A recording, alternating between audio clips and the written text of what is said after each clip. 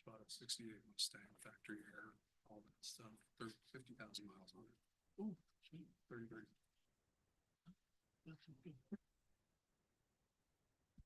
All right, today is Wednesday, June 4th. The time is 3 p.m. We're going to open this council work session. First thing is the clearing confusion and setting the facts straight. So the one we have for today was for a council meeting that was on May 21st, 2025. It is the tourism contractor payment of $200,000 to the city. Treadway Events, the city current tourism contractor, has paid back the city $200,000 using revenues generated from the 2024 events.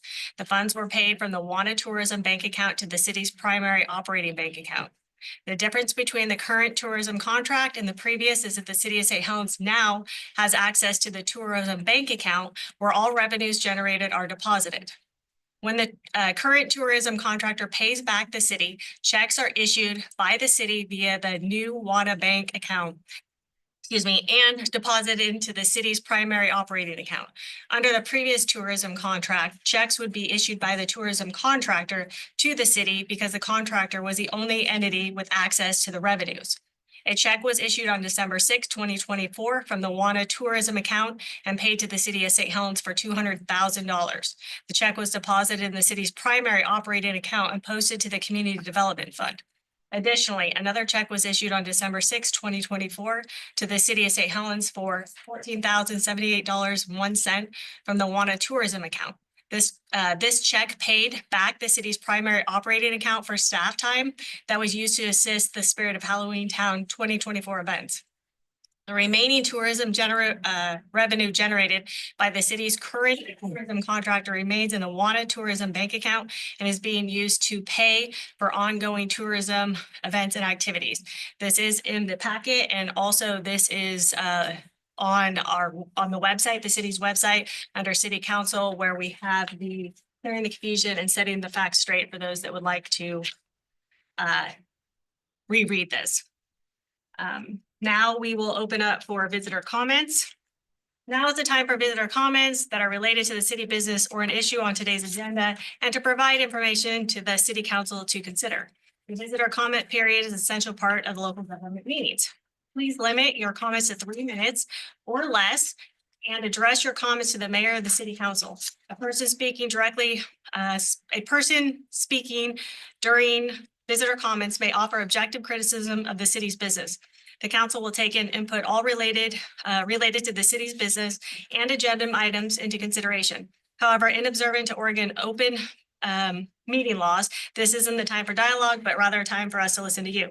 Defamatory comments directed at anyone, including staff members, will not be permitted. A defamatory statement is a false statement of fact that harms a person's reputation. There are complaint procedures for consideration of a legitimate complaint involving a staff member. Any comment or complaint of a staff member should be sent to the city administrator, who will forward it to the employee and their supervisor. Any legitimate complaints will be handled in accordance with city policy. We also request that you refrain from inappropriate comments or behaviors. Examples of these are attempting to engage in individual council members in conversation, insults, obscenity or profanity, attacks against any person in their personal capacity, physical violence, and threats of physical violence. Our city administrator and city recorder are taking notes of action. If needed, we'll follow up with you. Responses to visitor comments, if needed, will be published in the next city council meeting work packet provided by the city attorney has had an opportunity to review the responses. Please provide contact information on the sign-in sheet in the back of the room. And then when you come up, state your name for the record.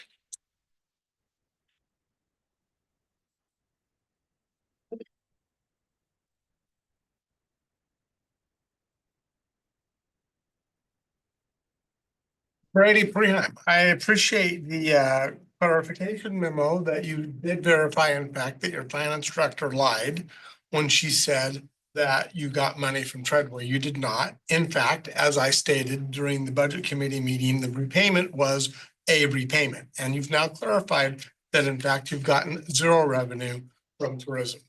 So because of your wise decisions on tourism, you have now screwed the city out of $600,000. ETC was going to give 300,000 last year and would have given at least that this year.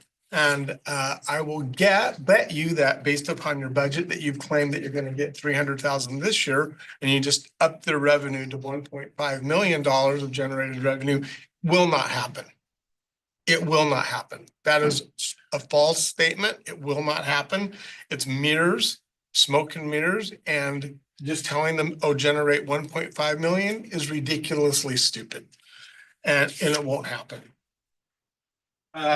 Also, you have a huge problem with your budget in that the union has to agree to your cost of living decrease or removing it. And if they don't, what are you gonna do? How are you gonna balance your budget? Are you gonna come back in here and try and balance your budget again? Based upon the fact that they would say no? So again, more smoke and mirrors in your budget. And then finally, I want to talk about your chief recruitment process. What a surprise. The Jennifer Massey, who was trained by a mob boss, has gotten her wish and got the person appointed that she wanted to get appointed. Who was surprised about that? I could have predicted it, did in fact predict it, and said that was going to happen. The one thing that you don't mention as an option is that you guys could choose by a vote of simply 3 of you. Of course, Jessica's missing, so God knows where that's happened. You could choose to appoint Chief Hogue. There is no reason why you cannot appoint Chief Hogue at all. And in fact, has been doing the job for almost a year now. And here you are now saying that, oh, this was a fair process. It was corrupt from the beginning. I told you it was corrupt from the beginning. And gee, the outcome that I told was going to happen exactly happened. I must be a psychic.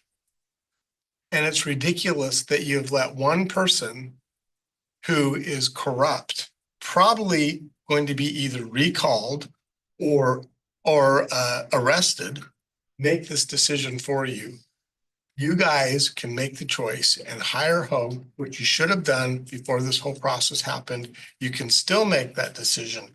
And the one thing that you don't mention in your report, and of course, Russ, you won't be able to eat your report this time because I'm letting you all know, including Kathy, that I've requested those scoring sheets so they won't just magically disappear like they have in the past, is that he doesn't have the community support.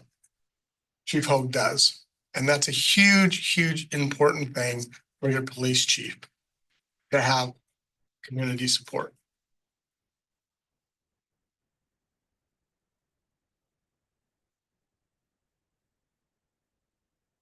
So the city does not support or condone the comments made by that citizen. The city of St. Helens will not tolerate personal insults directed at our staff. While we remain committed to transparency and accountability, and we will thoroughly review any factual concerns brought forward. We expect all public discourse to remain respectful. Defamatory and inappropriate remarks will not be tolerated. Steve Topaz. Okay, the last couple of council meetings, I've been working on getting information, documented information about the lagoon. And we've established that the council has never authorized John Walsh to make the presentation to the Portland Harbor Superfund. That was back in November of 14.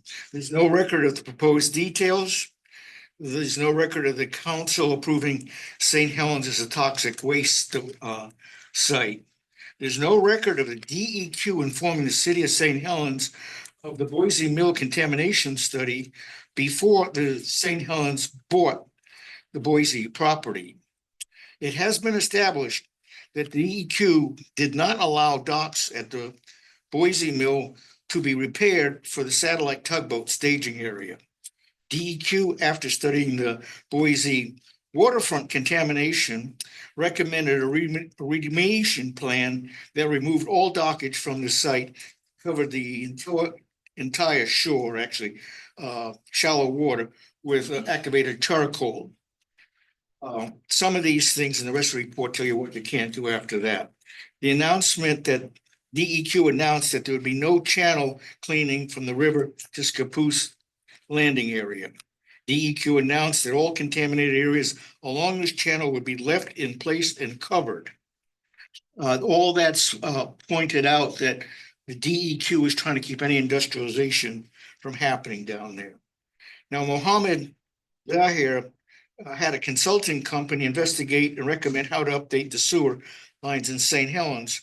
And they investigated the possibility of landslides and liquefaction affecting the project. The state's Dagami map showed no problem with the sewer project, but it did show a major problem with the President Lagoon and future toxic waste. $20 million has been funneled by the city from FEMA to Mo Forster in turn to turn the cooling sewer lagoon into a toxic waste dump. No public meeting has been held in the last 14 years to collect the citizens' approval of this project. DEQ has no index of cancer when determining waste dump sites. Columbia County has the higher cancer rate in the state of Oregon, and data from NOAA, which affects both the waterfront and the Mills property that MFA did, or Mo Forster, should have been added. We have a lack of information in our city records. All of what I brought out are national or state records from other projects, and it's duly documented. Thank you. Public comment? Kathy, do we have anybody online? No. All right, we're moving on to discussion topics. So we have our quarterly reports from city departments. Did anybody have any? Matt, Counselor Sundin? Counselor Hubbard? Counselor Grimsley? Not. Yeah, I did not either, so move on. Number 3, Chief of Police recruitment process by City Administrator John Welch. All right, thank you, Mary. Perhaps City Attorney Ashley may chime in here where appropriate. She was very involved with this process of recruitment and timelines and so last Thursday, on May 29th, we held interviews for the police chief recruitment. The interviews consisted of 2 police chiefs from outside the community, cities of Wilsonville, cities of Canby, Sheriff Brian Pixley, Counselor Hubbard, and myself as a non-voting member and a member of the police association. And after a day of interviews, all of you were actually really fortunate to have as many qualified applicants as we did. Sergeant Smith came out on top and was the highest scoring candidate. And my role with this process was to bring you the highest scoring candidate from that process. So that's what I'm doing. Recommending that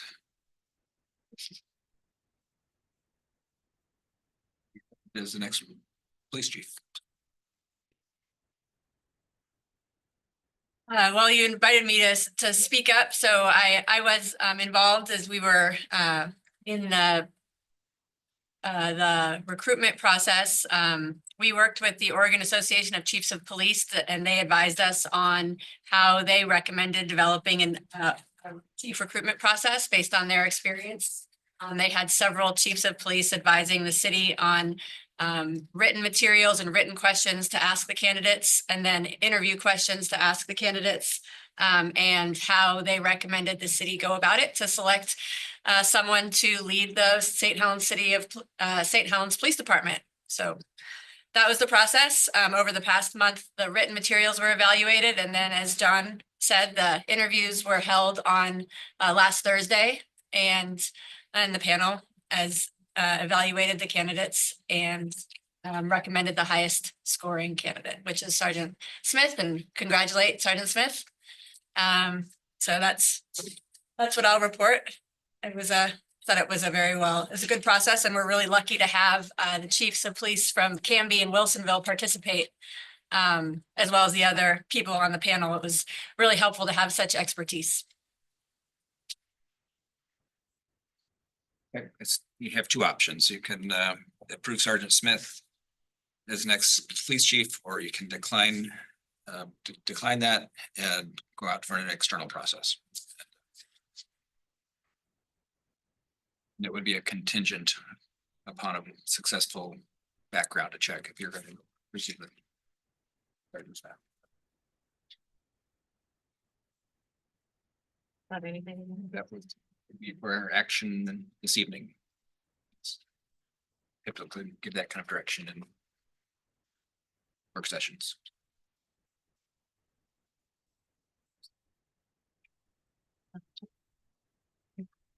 Is that everything? We'll move on to number 4, review lease with Columbia Learning Center for Makerspace expansion. And John? Yeah, thank you, Mayor. This is the lease between the Columbia Learning Center and the city. It is a little bit of confusion about the lease amount and what was approved in the budget. Went back, did some problem solving there, and the amount of this lease includes the existing lease of $400 plus the balance for the additional space. So the number is correct. It's not, it's reflective of the budget. It's accepted by the Columbia Learning Center and it's here for your consideration.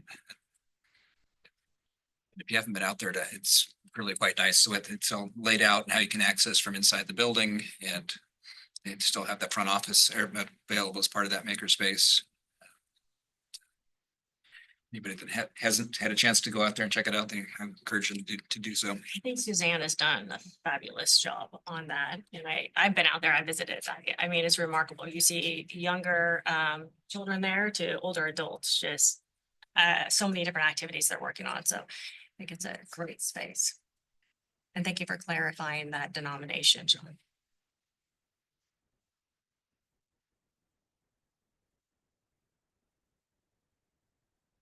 All right. We have the review proposed senior center lease. Today's a lease day.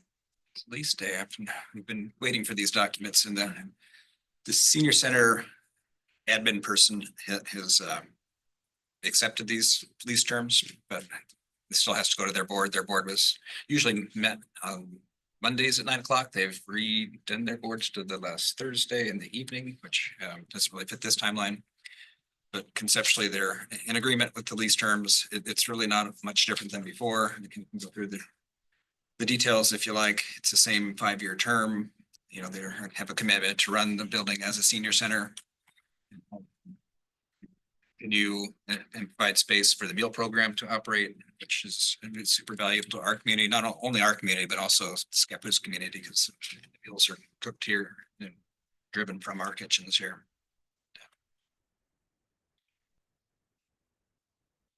They'll have obligations to do semi-annual reports. Because obligations to do, you know, a lot of them maintenance of the building. The senior center has been a, good partner. We want to see them succeed, so we support them in any ways we can. And, Public Works has done a fantastic job with grounds maintenance and whatever they need, light bulbs and HVAC things. So with that, unless you have questions or concerns, recommend approval. Any questions? Anybody have any questions? All right, John, it's you again for item number 6. Roll that fast. Yeah.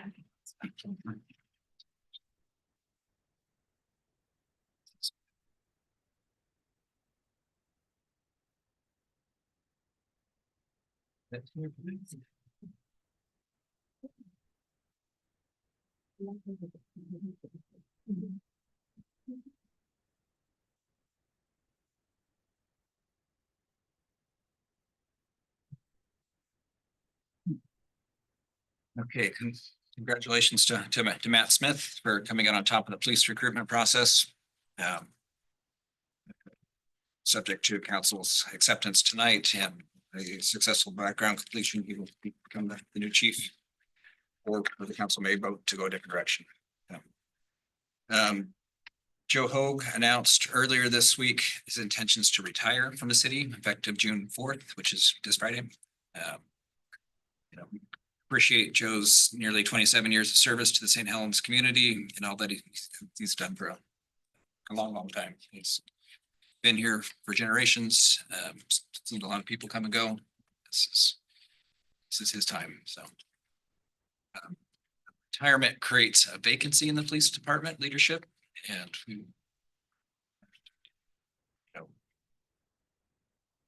we Recommending that, we need to have somebody in charge of the police department, even while we're going through this background investigation and whether he's appointed or not appointed, I'm still recommending that Matt Smith be appointed as acting chief, and you can prove that at your meeting tonight, to serve the operational need of the city. Highest scoring from the evaluation committee.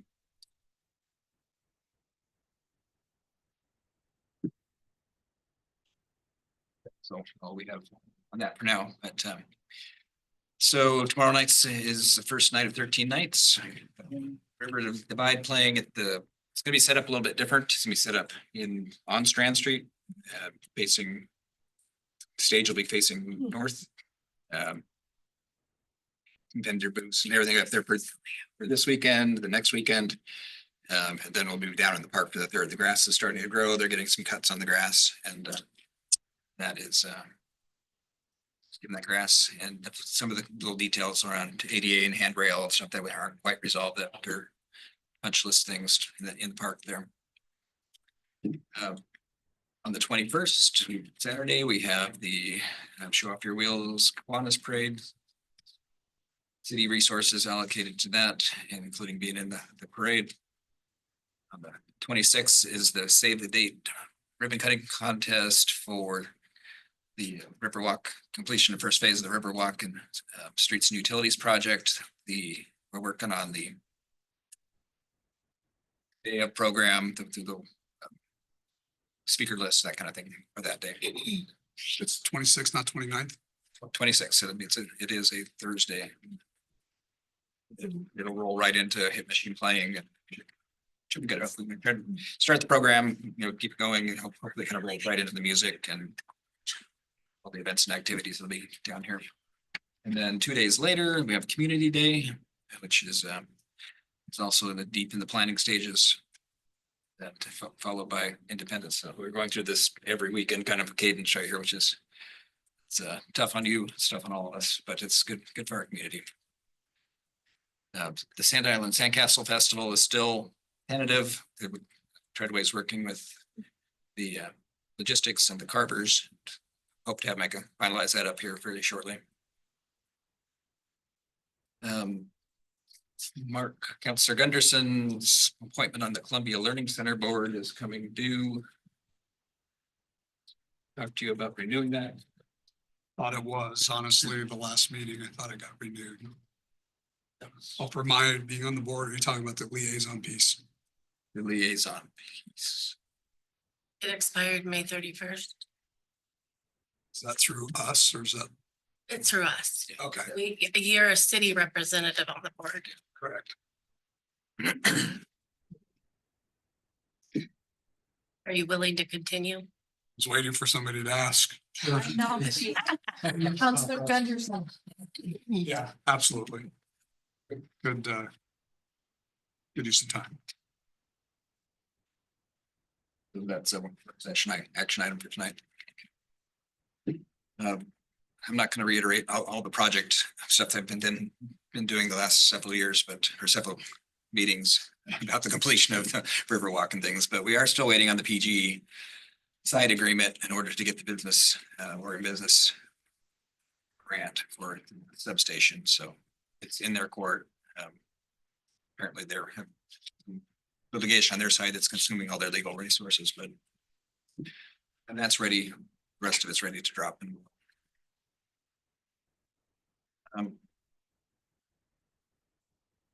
So lastly, unless you have any questions, this it's been a really tough budget year on a lot of fronts, and taking the reserves down to a low amount is going to be really challenging on our city resources, and so we're going to have to pay a lot of attention to budget along the way, since we can't go negative, right? So, and part of that is what's going to build back our budget is, commercial and industrial businesses give more tax than they take. So supporting industrial, supporting commercial, it's imperatively important to do that. And we have a lot of prospects between the mill, and there's just stuff up on the highway that we can support. And We're just gonna have to keep it lean and mean for a while until we can build back these reserves and be a little more fiscally healthy. Do we have plans to bring the conversation to a work session for the fee for service initiative that we've been looking at? So this year's budget does not contemplate a fee for service. There was the budget committee's recommendation to explore that as an advisory vote. Thank you, Councilor President. And we will work on that to get that question to ask to the public. Haven't really got a timing yet on that, so. Well, no, just the fee for service. I think that's something that the council. was gonna Excessive use discuss. fee. Yes. Some use fee, okay. Police. That already exists in our code.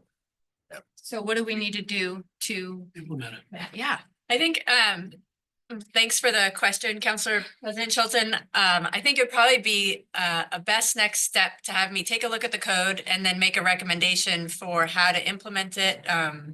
And to go from there, I think, and I can provide some just explanations about what other cities do and when it can be used and when it's a benefit and when it's sometimes is administratively burdensome, just provide that background. So I will do that for you if you would like for the next council work session. Right. Happy to do that. I will say, Long time. Get it going. Yeah. And just looking at my schedule, I know that the next work session, I'm gonna be remote, but I'm happy to present remotely. Okay. I think it's, worth the discussion and just talking about what our options are. And it's, time to really implement it, I think. And we're also going to start working on hiring policy. That is what we talked about in the next sessions of the last session. And this is personnel policies for hiring. Okay, if you'd like. What I will find out is if we can get enough background information, or if you just want to have a discussion at the next session. To make it a productive discussion. And I think it would be helpful to understand what we have currently been doing and, understand that. I think Council President Chilton brought that up once before when we discussion. So understand what we're doing and then just use that as a baseline and then work from there. I started working on it on Monday. And then You did. then I got a lot of other stuff to do that. Appreciate the I effort. get it done now. Yeah. So I think if we keep these things on the forethought and just keep talking about them and moving forward, I think that's where progress happens. So. Yeah.